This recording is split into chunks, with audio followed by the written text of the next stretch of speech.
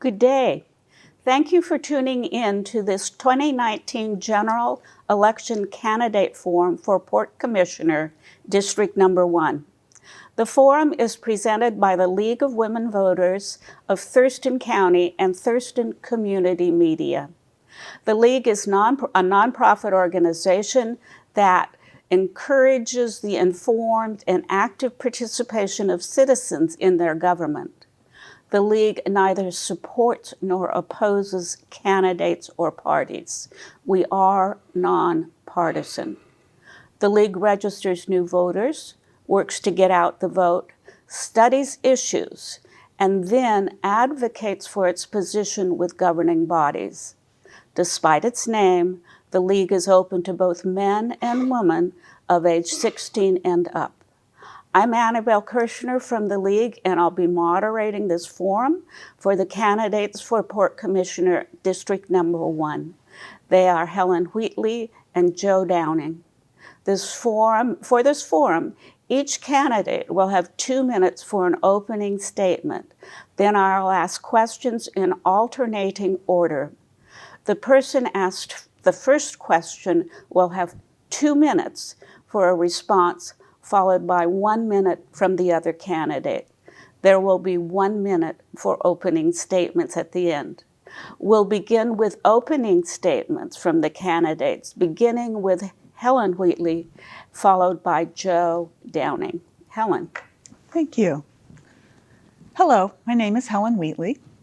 I was born and raised in the Pacific Northwest, and I raised my family here in Thurston County. You choose a port commissioner to represent you. The commissioner oversees port spending and helps guide the course of the port as it plans for the future. Our county needs a commissioner who sees the big picture. Most people think that our port's operations make money. As a matter of fact, most of its operations, such as the marine terminal or Swantown Marina, barely break even at best. The marine terminal, where the logs are loaded for shipment to Japan and China, has actually lost millions of dollars. Right now, the Commission struggles with the challenge of helping the port to make ends meet. As a result, your port property tax has gone up 27% since 2016. The Port Commission can bring much better balance to how it funds its operations and services. We need clean water and a healthy environment. That's why I've volunteered for over 20 years to help clean up the Hanford nuclear site in eastern Washington and protect the Columbia River, which is so vital to the Northwest. I feel the same way about protecting our local waters of Puget Sound. We should provide a good future for our young people. That's why I devoted my career to college teaching, earning a PhD from Johns Hopkins as a Fulbright scholar. I care about using our public port to build a vibrant and healthy community. I look forward to serving you on the Port Commission to build a better future for our county. Thank you. Joe. I'm Joe Downing, and I am your Port Commissioner. I'm uniquely qualified to be that Port Commissioner, and here's why. I have an undergraduate degree in economics and a master's degree in business. I've spent 20 years in the private sector working on manufacturing and logistics, and 10 years working for the state of Washington as a financial examiner. Following those two experiences, then I volunteered for the Port of Olympia Advisory Committee and spent 6 years on that committee learning about the port and getting excited about the port. So I'm truly excited about the work of the port and truly excited to be here. Oh, I forgot to say thank you, Annabelle, for sponsoring this forum, and thank you, Helen, for being here with me. So that's my experience. And finally, the last 4 years, I have been your Port Commissioner. So what has this Port Commissioner and this commission done? We've done a lot of things. I'll just mention a few. One is helping to build the agricultural business park, agricultural food hub in South County near Tenino, which is, they're getting ready to break ground on that, and that's going to allow farmers to process their food and for us to eat more local foods. Secondly, we built a state-of-the-art fuel dock, which does 3 things. One, it's environmental because it keeps people from fueling their boats by hand. Secondly, it serves the 12,000 licensed boaters in Thurston County. And third, it promotes tourism by bringing boats to Thurston County into the harbor because they know they can fuel up before they return home. So that's two things. And the third thing is in the Lacey area, where because we're county-wide, we look for investments and economic development opportunities all throughout the city. So in Lacey, we contributed to the Lacey Makerspace, which is a training facility, and also we have a new building which is going to help small business. So we've had, and lastly, we hired a new executive director. Her name is Sam Gibney. She's hit the ground running. She's a great asset and help us change the direction of the port. So I'm Joe Downing. I look forward to talking with you this morning. Thank you. And this is put on by the League. We do have 4 questions. We'll be asking the questions in alphabetical order. So Joe Downing will be asked the first question, Helen Wheatley the second, Joe the third, and Helen the fourth. Our first question then going to Joe, and we do have a timer over to the side who will keep you on track. How do you assess the current financial situation at the Port of Olympia, and what do you understand to be the fiduciary responsibility of the Port Commissioner? Thank you for that question. The current state of the finances of the port are pretty strong, and so we have 4 divisions. All 4 divisions make positive operating revenue. So that's first thing I'd like to stress.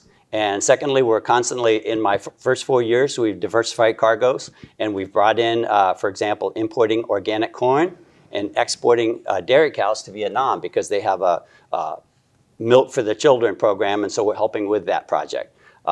Secondly, so they do cover their operating costs. I want to stress that. And secondly, we do have a taxing base, and we use that taxing base to pay off some of our long-term bonds, which are investments in the future. And what most people don't realize is we do quite a bit of environmental cleanup. We have a mandate to do that. And so therefore, unlike cities. And so we have, for example, cleaned up land in downtown Olympia, 6.5 acres. We've remediated that land, which then brings in housing and creates family wage jobs in the process of that and helps infill the empty spaces in downtown Olympia. So I think that's important. And as far as my fiduciary responsibility, you know, I'm uniquely suited to be on this Port Commission and look hard at the finances and how things are structured and whether or not we're spending our tax base wisely, which we are. And also, we look at each division and what are the opportunities for the future, both in community amenities, good financial management, and environmental remediation. So, thank you. Thank you, Joe. And Helen, 1 minute follow-up. Okay, thank you. Well, in the first place, I would like to point out that it is not entirely helpful to only talk about the positive operating revenues of port operations, because we also have to look at depreciation. We have to look at the cost of doing those things. And when you add in all of the costs as well as the revenues, you find, and it's a simple matter of going to the website, and you find that the operations are not running in the black, they're running in the red. And in particular, the marine terminal, which runs in the red of over $1 million most years. Now, in terms of diversified cargo, the corn was a one-time thing. The dairy cattle, I have to point out, Vietnam is capable of breeding its own dairy cattle over time. These are one-time things. They're not sustainable. And we do have a good, competent marine terminal director. I'm sure if he could find sustainable cargo, he would have done so already. In terms of the tax base, I don't believe it is used wisely. Sorry. Thank you. Thank you, Helen. So the second question will go to Helen, and then Joe, you'll have a 1 minute follow-up. What do you see as the port's role in addressing homelessness? How can the port work with other municipal and other civic entities in an effective way? Okay. Well, there's kind of an immediate part to that question, and then there's a more long-term dimension to the question. I do think that the port can certainly be a good partner with the cities and the county in doing especially management of the emergency situation for the homeless, say, this winter. And I believe it is making some effort. The new director is talking to the county and the cities and beginning to become a participant in that process. I think that's really important. And I know that the port has also provided some assistance just in terms of providing a place for people to put their things. That's not a lot. The port could do a lot more than that. There are models for how ports are helping in other communities by providing the infrastructure, working in conjunction with cities or the counties. So that is something to consider. Over the long term, I think the most important thing we need to think about is how the port is here to provide the infrastructure and the assistance for community revitalization. That is a power that the port has.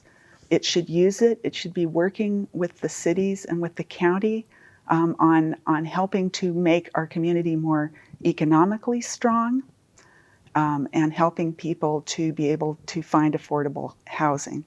So, there are two levels to that. There's a long-term level where the port's job is to help make Thurston County a vital place and to help provide good jobs. And then there's immediate assistance as well. Thank you, Helen. And Joe, 1 minute for a follow-up. Thank you. I'd like to mention three things in regard to this question, Annabelle. One is that the port did create secure storage for homeless folks by taking shipping containers and doing the work themselves and dividing it up into secure storage. So the homeless people can protect their possessions because they have possessions too, and we need to look out for them.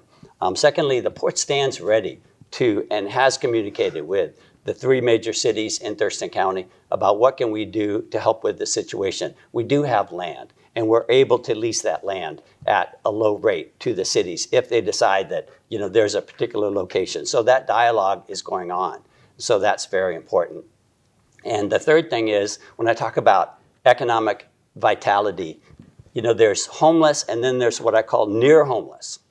And near homeless are people that are that one paycheck away from losing their apartment or losing, the roof over their heads. And so, that economic development from the port in the community, creating jobs, and is an important way to keep people from avoiding becoming homeless. And so, I think there's multiple ways. Thank you. Thank you, Joe. Well, that leads in nicely to our third question, which goes to Joe. The port is ostensibly an economic engine for Thurston County. What projects do you envision for the coming years that will directly benefit the common good as opposed to benefiting a small minority? And Joe, you have 2 minutes, and then Helen, you have 1 minute for a follow-up.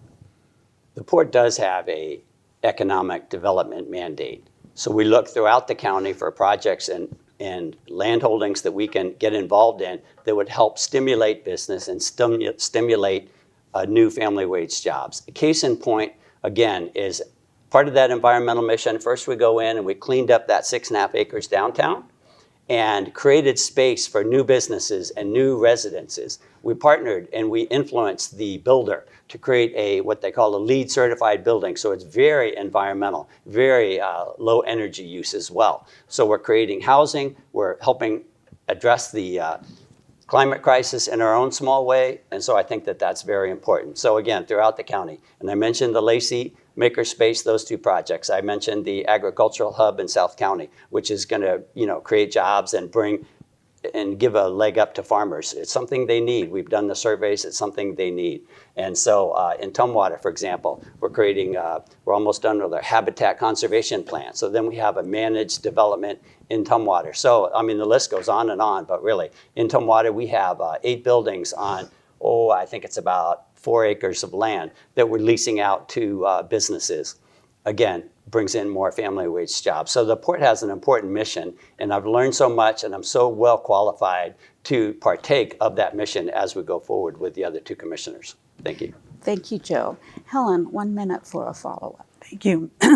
I would love to see our port involve itself in 21st century technologies like clean energy technology and electrification, shore power, electrical shore power, providing energy stations for automobiles throughout the county. I'd love to see it support internet and providing better internet service, particularly to our rural areas. However, the fact of the matter is, and this is where I say you have to really look at the big picture, because the amount of money, you just have to look at the 2018 budget, for example. The special projects that Joe was talking about, like the Ag Hub, the Small Cities program that provides $40,000 a year to our small cities like Rainier and Bucota and Tenino and Yelm, the environmental projects. If you roll all of those together, the amount of money that the port spends on all three of those things is less than what it lost on the marine terminal in 2018. We really need to look at the big picture and think about our priorities. Thank you. And thank you, Helen. You have the fourth question, and that does lead into the marine terminal. Given the proximity of Tacoma and Seattle as major ports, why should Olympia continue to operate a deepwater port? And you'll have 1 minute for a response, Joe. I think that we can think about the marine terminal without thinking of it as necessarily a deep water port. And the reason why I think we have to rethink the deep water aspect of our port and our terminal is there are a couple of things. One of them is, and again, this is a big picture issue. You don't just look at the operating revenues of a project, you have to think about future costs. And dredging is certainly one of those future costs. And we know that when we dredge, especially for deep water channel, especially in an area like that, we have to deal with the contaminants. There is a real cost. Even if the Army Corps of Engineers helps with that dredge, the port is also on the hook for the cost of that dredge. So we have to think about that. We have to think about the cost of maintaining the infrastructure at the marine terminal. We have to think about the fact that it's due for some renovation, and we have to think about its vulnerability to sea level rise. In addition to that, I also think that we have to look at the big picture and think about the Deschutes River. Now we know that it's going to happen, that the dam will be coming out, and that sediment will be an issue. And one of the questions we have to ask is, what is the impact of that going to be on the port? And what is the impact of that going to be on the expenses of maintaining that deep water channel? There are other things that we can do with the marine terminal. We can reuse the space. We can make it more compatible with the realities of sea level rise and with the budget that the port and our community can afford to maintain it. Certainly a lot of people are interested in, for example, passenger ferries. Certainly we can think about using that 76,000 square foot warehouse space for many things. It's in very close proximity to the Olympia Farmers Market, one of the most successful areas of property that the port has. So those are things to think about. Thank you. Joe, 1 minute for a follow-up. Thanks, Annabelle. I'm so glad you asked me that question.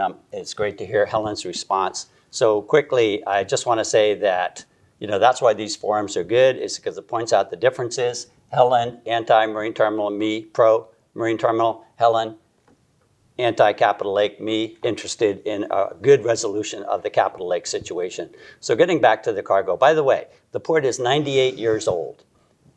2 years will approach 100 years. So we managed good business sense all these years, and logs are a good product in the Northwest. You see, many of the logs come from south of here. They come from the Olympic Peninsula. So if we didn't have this marine terminal, all those logs would be clogging up I-5 and going up I-5, and we don't want that. So I believe in import and export business. I believe the Northwest, when you have a forest that's properly managed and a 50-year life cycle of the trees before they cut down, that's a good, sustainable, renewable cargo. And so I'm bullish on the marine terminal and additional types of cargo that we can use. I'm fully behind the marine terminal and using it to its fullest. And so we're on a good path, and I urge the public to continue on that path.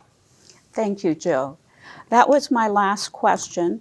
We now have closing statements, and each of you will have 1 minute for a closing statement.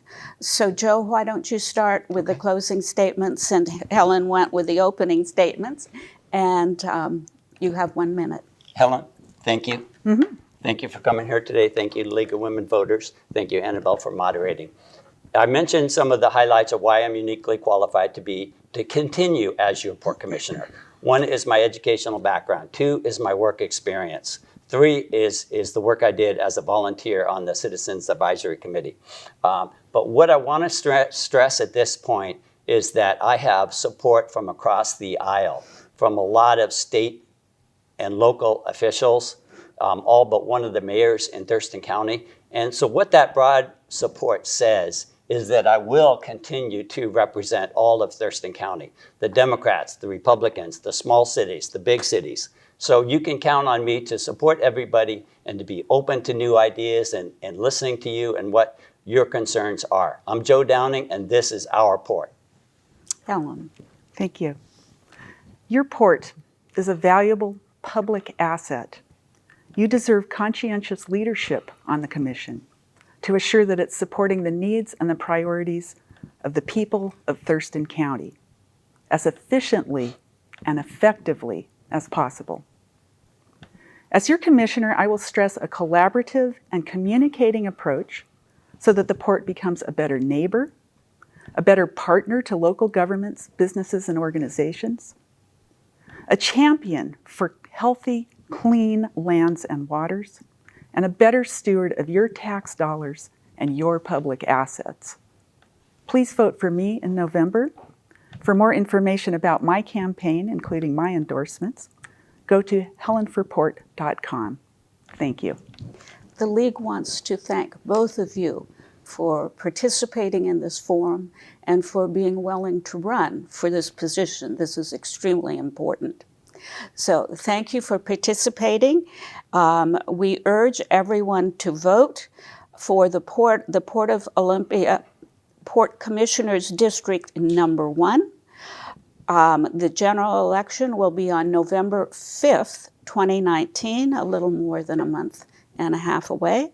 Remember, ballots are postage free, so just put them in the mail. You don't have to put on a stamp. The League particularly thanks TCM for their ongoing support and assistance with these forms. Thank you.